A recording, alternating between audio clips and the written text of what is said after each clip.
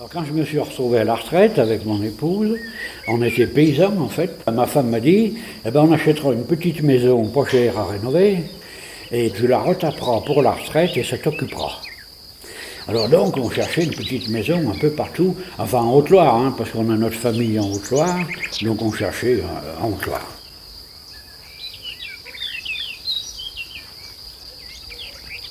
Puis tout à coup on voit cette annonce sur le Bon Coin, ancienne école à vendre.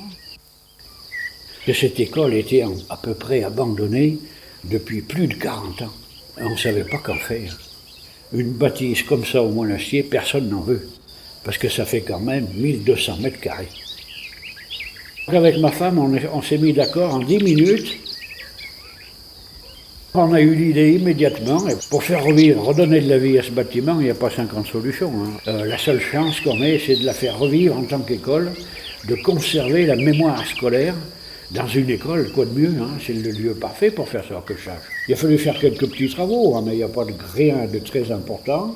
Et puis surtout, chercher des objets. Et le soir même, je retournais sur le Bon Coin pour voir ce qu'il y avait comme bureau pour remplir l'école. Alors il y a ici environ 200 bureaux, 400 ou 500 cartes, des dizaines de milliers de plumes, des milliers de porte-plumes, 20 000 livres.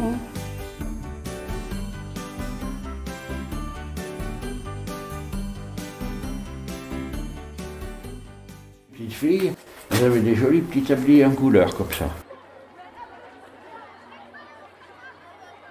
Les garçons ont porté des blouses grises.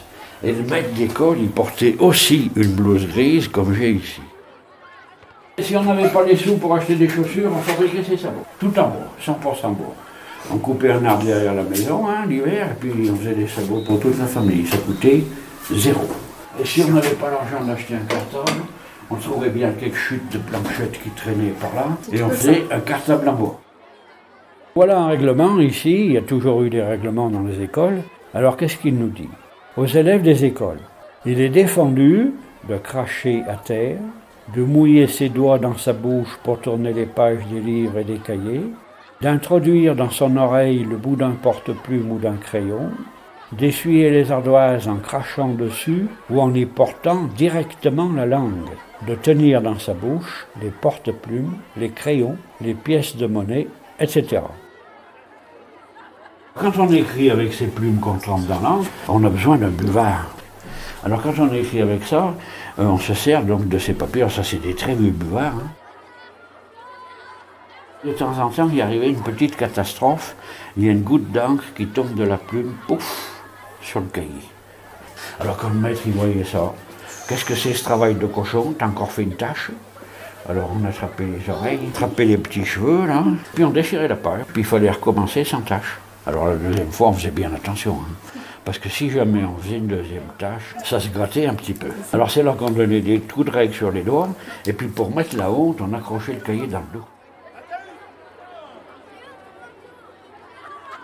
Alors les filles, pour qu'elles comprennent bien, que si elles ne savent pas bien lire, on leur fait des affiches comme ça, elles comprennent quand même.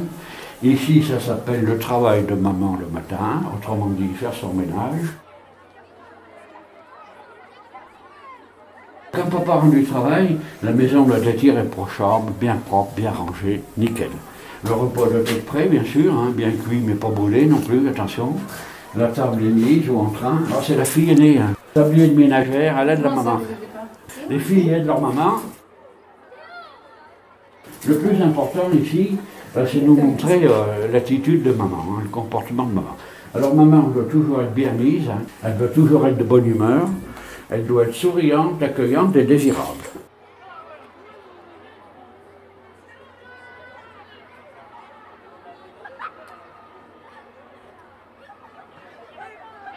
La visite se termine dans la grande salle de classe, où les visiteurs, transformés pour l'occasion en écoliers, font leur page d'écriture.